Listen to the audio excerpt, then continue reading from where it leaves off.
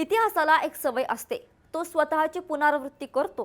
History repeats itself. पण राजकारणात जेव्हा इतिहास रिपीट होतो तेव्हा तो फक्त घटनांची पुनरावृत्ती नसतो, तर ती एका प्रस्थापित सत्तेने केलेली सर्वात मोठी घोडचूक असते.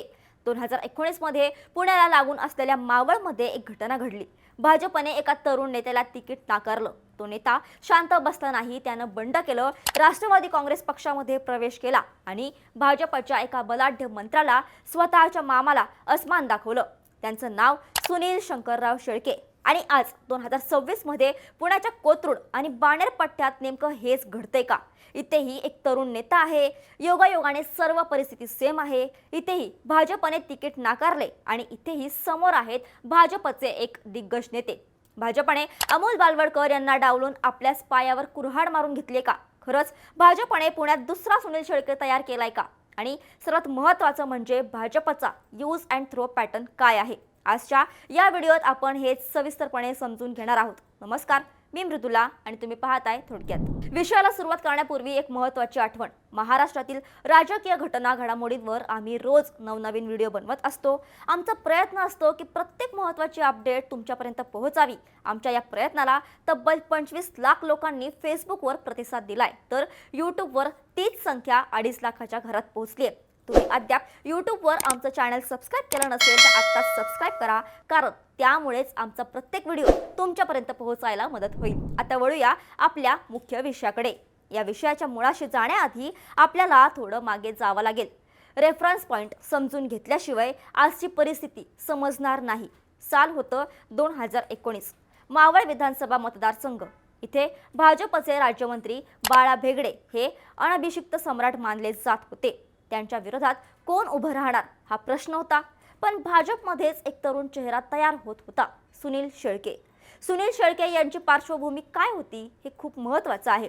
ते काही सोन्याचा चमचा घेऊन जन्माला आलेले नेते नव्हते. ते तसे भाजपचे सामान्य कार्यकर्ते होते. मात्र भेगडे मंत्री असताना त्यांनी स्वतःचा वेगळा गट तयार केला, स्वतःची ताकद वाढवली आणि एका मंत्र्याच्या विरोधात तिकीट मागण्याची हिंमत दाखवली. पण तेव्हा भाजपने चालू मंत्र्यांनाच तिकीट मिळणार या फॉर्म्युल्यावर काम केलं. सुनील शेळकेंना तिकीट नाकारलं गेलं. हे करत असताना भाजपने सुनील शेळके यांना गृहीत धरलं. जाऊन कुठे जाणार? ही आपल्याच विचारांची माणसं आहेत, हा ओव्हर कॉन्फिडन्स भाजपला नडला. पण शेळके थांबणाऱ्यातले नव्हते. त्यांनी अजित पवारांच्या नेतृत्वात राष्ट्रवादीचं घड्याळ आपल्या हातात बांधलं आणि निकालाच्या दिवशी काय झालं हे संपूर्ण महाराष्ट्राने पाहिलं. 94,000 मतांचं लीड जोक नाही. आणि हे साधं बंड नव्हतं, ती एका प्रस्थापित सत्तेविरुद्ध सामान्य कार्यकर्त्याने दिलेली झुंज होती. शेळके राष्ट्रवादीत गेले आणि रिझल्ट भाजपचा 25 वर्षांचा गट ढासळला. का?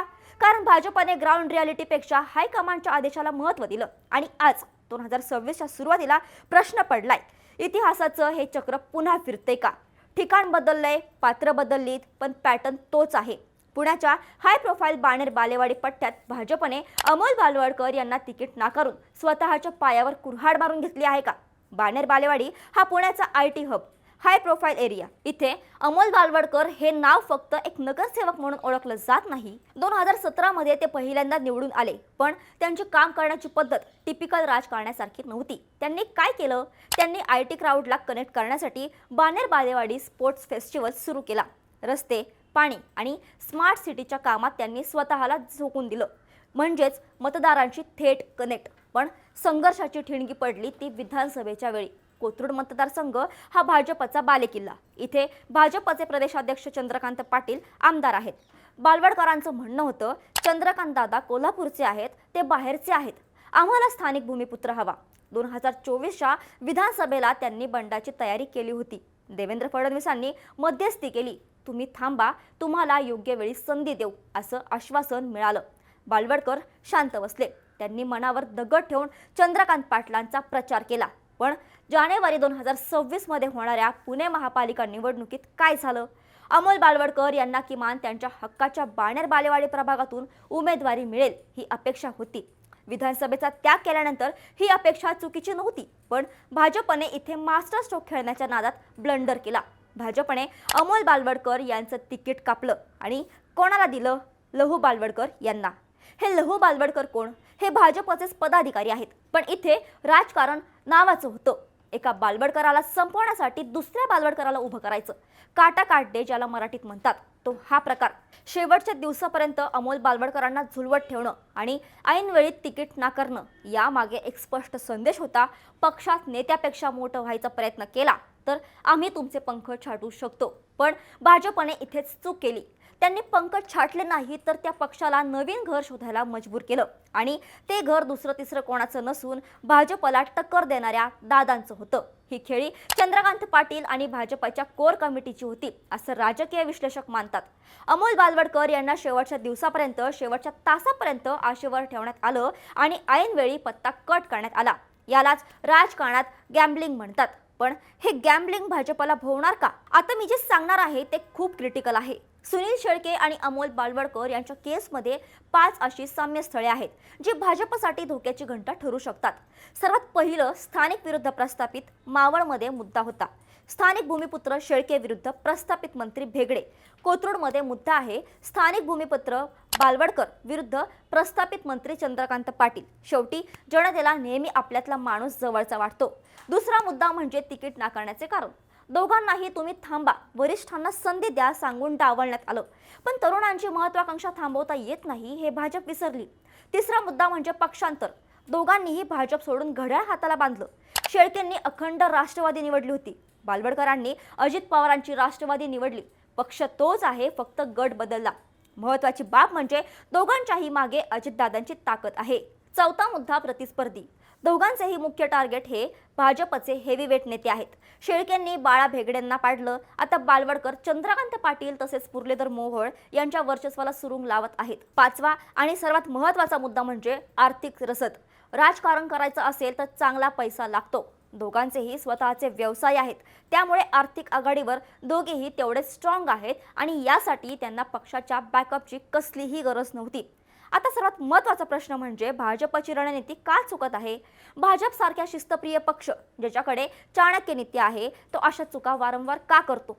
याचं उत्तर आहे ओव्हर कॉन्फिडन्स आणि सेंट्रलायझेशन. भाजपला असं वाटतं की निवडणूक ही कमळ या चिन्हावर आणि मोदींच्या चेहऱ्यावर लढली जाते. स्थानिक उमेदवार कोण आहे याने फरक पडत नाही. 2014 आणि 2019 मध्ये हे लॉजिक चाललं असेल, पण स्थानिक स्वराज्य संस्थांच्या निवडणुकीत किंवा विधानसभेत स्थानिक समीकरणं खूप मॅटर करतात. अमोल बालवडकर यांना डावलून भाजपने बाणेर बालेवाडीतील एका मोठ्या तरुण मतदाराला नाराज केला आहे. हा तो वर्ग आहे जो IT मध्ये काम करतो, जो विकासाकडे बघून मत देतो, जो कट्टर पक्षीय नसतो. जर बालवडकर या फ्लोटिंग वोटर्सला वळवण्यात यशस्वी झाले तर कोथरूडमध्ये भाजपला खिंडार पडल्याशिवाय राहणार नाही. दुसरी गोष्ट म्हणजे घराणेशाही आणि विश्वासार्हता. जेव्हा तुम्ही एका कार्यकर्त्याला शब्द देऊन फिरवता तेव्हा त्याचा परिणाम फक्त त्या एका व्यक्तीवर होत नाही तर पक्षातील इतर 100 कार्यकर्त्यांवर होतो. आज अमोल बालवडकरांसोबत झालं, उद्या आपल्यासोबत होईल ही भीती कार्यकर्त्यांमध्ये पसरते. या संपूर्ण नाट्यात खरा फायदा कोणाचा झाला तर तो आहे अजित पवारांचा. अजित पवार सध्या महायुतीत सत्तेत असले तरी ते स्थानिक राजकारणात आपली ताकद वाढवण्याची एकही संधी सोडत नाहीत. पुण्यात भाजपचं वर्चस्व आहे, ते मोडून काढण्यासाठी अजित पवारांना अशाच नेत्यांची गरज होती ज्यांना भाजपची खडानखडा माहिती आहे आणि ज्यांच्याकडे भाजपशी लढण्यासाठी रिसोर्सेस आहेत. अमोल बालवडकरांच्या रूपाने अजित पवारांना पुण्याच्या पश्चिम भागात एक तगडा फायटर मिळाला आहे. मित्रांनो, प्रश्न हाच आहे, इतिहास पुन्हा घडणार का? मावळमध्ये सुनील शेळकेंनी जे केलं ते अमोल बालवडकर कोथरूडमध्ये करू शकतील का? सध्याची परिस्थिती पाहता अमोल बालवडकर यांची बाजू सिंपती आणि ग्राउंड वर्कमुळे भक्कम दिसते. सोबत अजितदादांची ताकद आहे, कारण कधी काळी हा भाजपचाच बालेकिल्ला होता. भाजपसाठी हा एक मोठा धडा आहे. तुम्ही कार्यकर्त्यांच्या महत्वाकांक्षेला एका मर्यादेपर्यंतच दाबू शकता. सुनील शेळके हे त्याचं ज्वलंत उदाहरण आहे. आता अमोल बालवडकर हे उदाहरण गिरवतात की नाही हे येणारा काळच ठरवेल.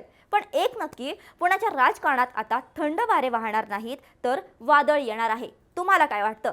अमोल बालवडकर भाजपला भारी पडतील का? तुमची मतं खाली कमेंट्समध्ये नक्की सांगा. जर तुम्हाला हा सविस्तर रिपोर्ट आवडला असेल तर व्हिडिओला लाईक नक्की करा आणि महाराष्ट्राच्या राजकारणातील अशाच सखोल विश्लेषणासाठी थोडक्यात न्यूजला सबस्क्राईब करायला विसरू नका. जाता जाता एक आठवण, आम्ही अमोल बालवडकर यांची सविस्तर मुलाखत घेतली आहे. त्यामुळे त्यांची एकूण भूमिका जाणून घ्यायची असेल तर हा इंटरव्ह्यू नक्की पहा. इथे स्क्रीनवर तुम्हाला त्याचा प्रिव्ह्यू पाहायला मिळेल. आता भेटूया पुढच्या व्हिडिओमध्ये.